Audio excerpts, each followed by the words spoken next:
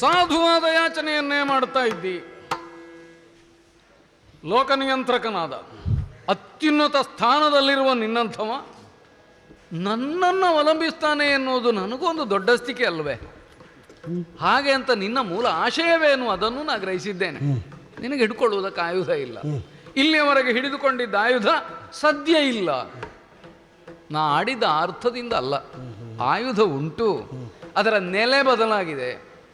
ಆದರೆ ಒಂದುಂಟು, ಸುರರಿಗೆ ಬಂದ ಸಂಕಷ್ಟ ನೀಗುವುದಕ್ಕಾಗಿ ನಮ್ಮ ತಲೆ ಮೇಲಿರುವ ದೇವತೆಗಳನ್ನು ಪ್ರಾರ್ಥಿಸಿದಾಗ ಅವರೆಲ್ಲ ಕೊಟ್ಟ ಭರವಸೆ. ನೀನು ಆತಂಕ ಪಡಬೇಡ, ಅವರು ಯಾವ ಸ್ಥಿತಿಯಲ್ಲಿರಲಿ, ಏನು ಮಾಡ್ತಾ ಇರಲಿ, ನಿನಗೆ ಬೇಕಾದ್ದು ಸಿಗ್ತದೆ ಅಂತ ನನಗೆ ಗೊತ್ತಿಲ್ಲ. ನಿನ್ನನ್ನು ಪ್ರಬಲನಾಗಿಸುವುದರ ಮೂಲಕ ನಮ್ಮ ದೌರ್ಬಲ್ಯ ನೀಗುತ್ತದೆ ಅನ್ನೋದನ್ನು ತಿಳಿದ ನಮಗೆ ನಿನ್ನ ಕೈಗೊಂದು ಆಯುಧ ಕೊಡುವುದು ಅಪರಾಧವೋ ಪ್ರಯೋಜನ ಸಿದ್ಧಿ ಇಲ್ಲದ್ದು ಅಂತ ಅದೀತ ಕೊಡ್ತೇನೆ. ಆದರೆ ಒಳಗುಂಟು ಅಂತ ಹೇಳ್ತಿ, ಕೊಡ್ತೇನೆ ಅಂತ ಹೇಳ್ತಿ, ಎಂಥದನ್ನು ಕೊಡು? ನಾನೇ ತೆಗೆದುಕೊಡಲಾರೆ. ಎನ್ನ ಕಶೇರುವಿನೊಳಿಹುದು ನನ್ನ ಅಸ್ಥಿಯಲ್ಲಿ ಸೇರಿ ಹೋಗಿದೆ. ಬೆನ್ನಮೂಳೆ? ಹೌದು. ಯಾಕೆ? ಅದನ್ನು ಜಲಮಾಗಿಸಿ ಪಾನ ಮಾಡುವಾಗಲೇ ಸುದೃಢವಾದ ನೆಲೆಯಲ್ಲಿ ಅದಕ್ಕೆ ಸ್ಥಾನ ಕಲ್ಪಿಸಿದ್ದೇನೆ ಅಂದರೆ ಅರ್ಥ ಏನು? ಮುನಿಯ ಬೆನ್ನೆಲುಬು.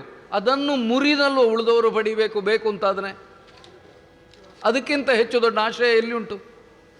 ಆದರೆ ನೀ ಚಿಂತಿಸಬೇಡ. ಒಂದು ದಾರಿಯನ್ನು ನಾ ಹೇಳ್ತೇನೆ. ಅಲ್ಲ, ಇದು ಇಲ್ಲಿ ಹೋದ ದಾರಿ ಯಾವುದು ಅಂತಲೇ ಗೊತ್ತಾಗದವನಿಗೆ ಈಗ ನೀನು ಹೇಳಿದ್ದೇ ದಾರಿ ಆಗಿದೆ. ನಾ ತೋರಿಸಿದ ದಾರಿಯಲ್ಲಿ ಹೋಗ್ತೀಯ? ಯಾವುದು ಉಂಟು. ಸಿಳಿರಿ ತನುವನ್ನು ಬೆನ್ನಿನ ಮೂಳೆಯೊಳು ನಿಮ್ಮ ಆಯುಧಗಳು ತಾಳುದರ ಕರಿ ವಜ್ರ ರೂಪದೊಳಿಹುದು ಸ್ವೀಕರಿಸಿ ಪೇಳುತ್ತೀ ಪರಿತನು ತೊರೆಯೇ ಮುನಿಪಾಲಕ ಮರತ್ವವದು ಸಿದ್ಧಿಸೆಯೇ ಕೀಳುದಾಗ ಕಶೇರು ವಜ್ರ ಆಯುಧವ ರಚಿಸಿದನು.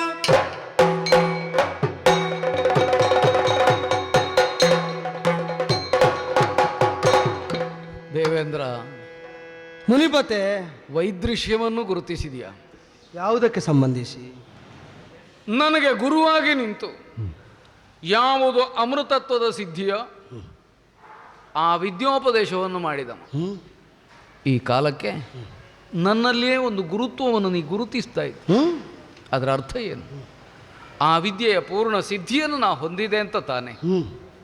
ಅದನ್ನು ಗುರುತಿಸುವಲ್ಲಿ ನಿನಗೆ ಲೋಭ ಇಲ್ಲ ಅನ್ನೋದರಿಂದಲೇ ನಿಜವಾಗಿಯೂ ಪೂರ್ಣಾರ್ಥದಲ್ಲಿ ನೀ ಗುರುವಾದೆ, ಗುರುತ್ವವನ್ನು ಹೊಂದಿದೆ. ನಿನ್ನಂಥವನಿಗೆ ನಾ ಕರಗಿಸಿಕೊಂಡ ಆಯುಧಗಳು.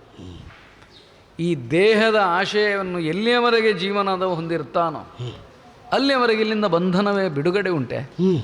ಆದ್ದರಿಂದ ಇದನ್ನು ನಿಜವಾಗಿಯೂ ಪೂರ್ಣ ಅಂತ ನಾ ಮಾಡುವುದು ಹೇಗೆ? ಇದನ್ನು ಬಿಟ್ಟು ತೊಲಗುವುದರಿಂದ. ಆ ಜಾಗೃತಿ ನನ್ನಲ್ಲಿ ಹುಟ್ಟುತ್ತಿರುವ ಕಾಲಕ್ಕೆ ನೀನೇ ಒದಗಿ ಬಂದೆ. ದೇವೇಂದ್ರ, ಮನಃಕಷಾಯ ಏನಿದ್ರೂ ಕೇವಲ ತಾತ್ವಿಕವಾದದ್ದು ಅಂತ ತೋರಿಸುವಲ್ಲಿ ಋಷಿ ಧರ್ಮ ಹೇಗೆ ಪ್ರವೃತ್ತವೋ ಅಂತೆಯೇ ದೇವಧರ್ಮವು ಪ್ರವೃತ್ತವಾಗುತ್ತದೆ ಅಂತ ನೀ ತೋರಿಕೊಟ್ಟೆ. ಇನ್ನು ಈ ದೇಹವನ್ನಿಟ್ಟು ನಾ ಸಾಧಿಸುವುದಕ್ಕೇನೂ ಇಲ್ಲ. ಒಂದು ಉತ್ತಮವಾದಂತಹ ಕಾರಣವೂ ಉಂಟು. ದೇವತೆಗಳಿಗಾಗಿ ವಿನಿಯೋಗವಾಗ್ತದೆ. ಇನ್ನೊಂದು ಏನು ಗೊತ್ತಾ? ಇದೆಲ್ಲ ಪೂರ್ವ ನಿರ್ಣೀತವಾದದ್ದು ಅಂತ ನಾವು ಗ್ರಹಿಸೋಣ. ಯಾಕಂದರೆ ನಿನ್ನ ವಿರೋಧಿಯಾದ ವೃತ್ರ ತನ್ನ ಮರಣಕ್ಕೆ ಕಾರಣವಾಗಬಹುದಾದ್ದು ಯಾವುದೂ ಸಾಧ್ಯವಲ್ಲ ಅನ್ನುವ ನೆಲೆಯಿಂದ ಒಂದು ವರವನ್ನು ಪಡೆದಿದ್ದಾನೆ. ಅದು ಸಾಧ್ಯವಾಗಬೇಕು ಅಂತಾದರೆ ಅತ್ಯಂತ ಕಠಿಣವಾದದ್ದು ವಜ್ರ ಸ್ವರೂಪದ ಒಂದು ಆಯುಧ ಬೇಕು. ಅದರದ್ದು ಆಯುಧವಾಗಿರಕೂಡದು. ನನ್ನ ಈ ದೇಹವನ್ನು ಸೀಳಿ ನನ್ನ ಬೆನ್ನೆಲುವಿನಿಂದ ಯೋಗ್ಯವಾದ ಆಯುಧವನ್ನು ನೀ ರಚಿಸಿಕೋ. ಆದರೆ ಆ ಆಕಾರವೆಂಬುದು ಕೇವಲ ನಿನ್ನ ಗ್ರಹಿಕೆಗೆ ಮಾತ್ರ ಇದ್ದದ್ದು, ಲೋಕಕ್ಕಲ್ಲ.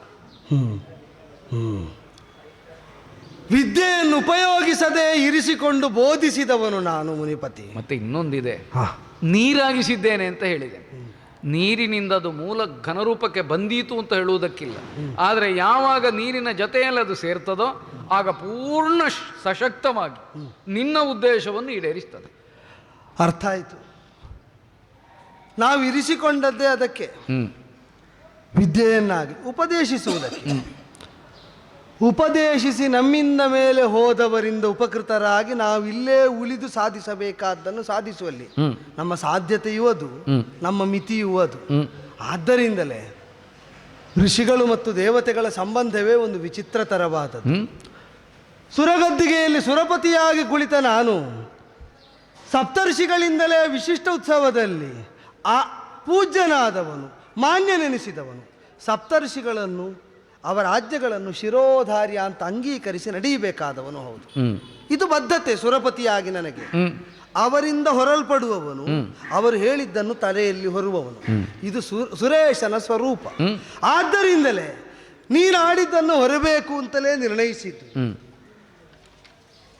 ಅಲ್ಲ, ಅದು ದೇವೇಂದ್ರನ ಆಯುಧ. ಋಷಿ ಸ್ವರೂಪದ ನಿರ್ಣಯಕ್ಕೂ ಅದೇ ತಾನೇ ಆಧಾರಭೂತವಾದದ್ದು. ಹೌದೇ ಹೌದು. ದೇವತ್ವವನ್ನು ಆವರಿಸಿರಬೇಕಾದದ್ದು ಋಷಿತ್ವ. ಸುರೇಶನ ಆಯುಧವನ್ನು ಒಳಗಿಳಿಸಿಕೊಂಡೆ. ಹೊಸ ಎರಕದಲ್ಲಿ ಅದನ್ನು ಹೊರತರಬೇಕು ಅಂತ ನಿನಗೆ ಬಯಕೆ ಉಂಟು ಅಂತ. ಆದರೆ ನೋಡ್ಲಿ, ಸುರಪತಿ ಮಾತ್ರ ಅಲ್ಲ, ಸುರಪತಿ ಅದನ್ನು ಕೈಯಲ್ಲಿ ಹಿಡಿದ ಕಾಲದಲ್ಲಿ ಋಷಿಗಳ ತಪಸ್ಸಿನ ಶಕ್ತಿ ಏನುಂಟು, ಅದು ಸುರಪನ ಆಯುಧಕ್ಕೆ ಕೊಟ್ಟ ಹೊಸ ಎರಕದ ಸ್ವರೂಪ ಯಾವುದು, ಅದನ್ನು ಲೋಕವು ನೋಡುವ ಹಾಗಾಗಿ ಮೊದಲಿನಿಂದಲೂ ನಮ್ಮಂತಹ ಋಷಿಗಳಿಗಿರುವುದೇ ಒಂದಕ್ಕೊಂದು ಎರಕವಾಗಿರಬೇಕು. ಅರ್ಥ ಆಯ್ತು. ಆ ಎರಕದ ಸ್ವರೂಪವನ್ನು ನನ್ನ ಆಯುಧ ನಿನ್ನೊಳಗೆ ಎರಕಗೊಂಡು ಹೊರಗೆ ಬರುವಂತಹ ಬಗೆ ಆಗ ಹೇಳಿದ ಹಾಗೆ ನನ್ನನ್ನೇ ಹಿಡ್ಕೊಳ್ತಿ ಅಂತಾದ್ರೆ ಆ ಸ್ವರೂಪದಿಂದ ಹಿಡ್ಕೊಳ್ಳುವುದಕ್ಕೆ ಪೂರ್ಣ ಸ್ವತಂತ್ರನಿದ್ದಿ ದೇಹಾಭಿಮಾನವನ್ನು ಬಿಟ್ಟಿದೆ. ಆಗಲಿ ಯೋಗ ಶರೀರಿಯಾಗಿ ನಿನ್ನ ಸಾಧನೆಯ ಲೋಕವನ್ನು ನೀವು ಹೊಂದುವುದನ್ನು ನೋಡ್ತಾ ನಿನಗೆ ವಂದಿಸ್ತೇವೆ. ಜಯ ಜಯ ಜಯ ಜಯ ಜಯ ಜಯ.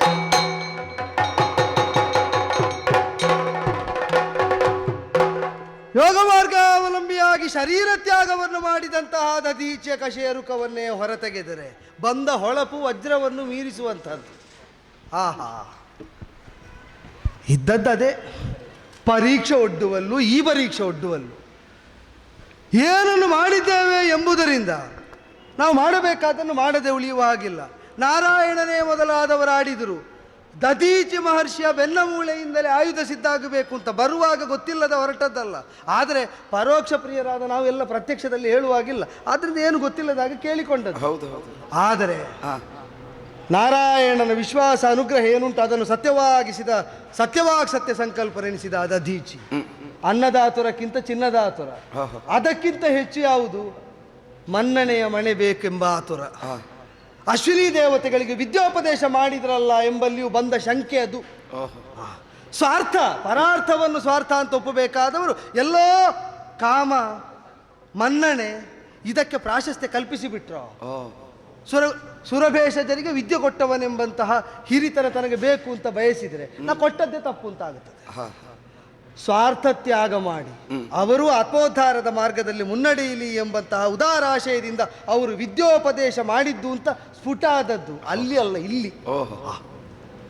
ವಿರೋಧಿಸಿದವನಿಗಾಗಿ ಅವನ ಕೈಯ ಆಯುಧ ಆಗಬೇಕು ಎಂಬುದಕ್ಕಾಗಿ ತನ್ನನ್ನು ತಾನು ತೆತ್ತುಕೊಂಡು ನಾನಾಗ ತಲೆ ಕಡಿದದ್ದು ಯಾಕೆ, ನನ್ನ ಕೈಯ ಆಯುಧದ ತಲೆ ನೇರ್ಪುಗೊಳ್ಳುವುದಕ್ಕೆ. ಆಗ ಕಡಿದದ್ದರಿಂದ ಸಿದ್ಧಿಸಿದ ಸ್ವರೂಪ ಏನುಂಟು, ನನ್ನ ಆಯುಧಕ್ಕೊಂದು ಸ್ವರೂಪ ಕೊಟ್ಟದ್ದು. ಆಗಲಿ, ಇದು ಮೂರು ಲೋಕದ ಹೊಣೆಯನ್ನು ಹೊರ್ತದೆ ಅಂತಂದ್ರೆ ವಜ್ರಾಯುಧ ಹಿಡಿಯಲ್ಲಿ ಇಂದ್ರನಿಗೂ ಒಂದು ಗೌರವ ಭಾವ ಬರ್ತದೆ. ಯಾಕೆ, ಗೌರವಾನ್ವಿತರಾದವರ ಬೆನ್ನ ಮೂಳೆಯೇ ವಜ್ರವಾಗಿ ಕೈಯಲ್ಲುಂಟು ಅಂತ. ಮುರಿಯದ ಆಯುಧ ಕೈಗೆ ಬಂದ ಮೇಲೆ ಮುರಿಯುವ ಬೆನ್ನ ಮೂಳೆ ಹೊಟ್ಟಂತಹ ವೃತ್ರ ದೊಡ್ಡವನು ನೋಡ್ತೇನೆ, ಹೇಗಿದ್ದಾನೋ ನೋಡ್ತೇನೆ.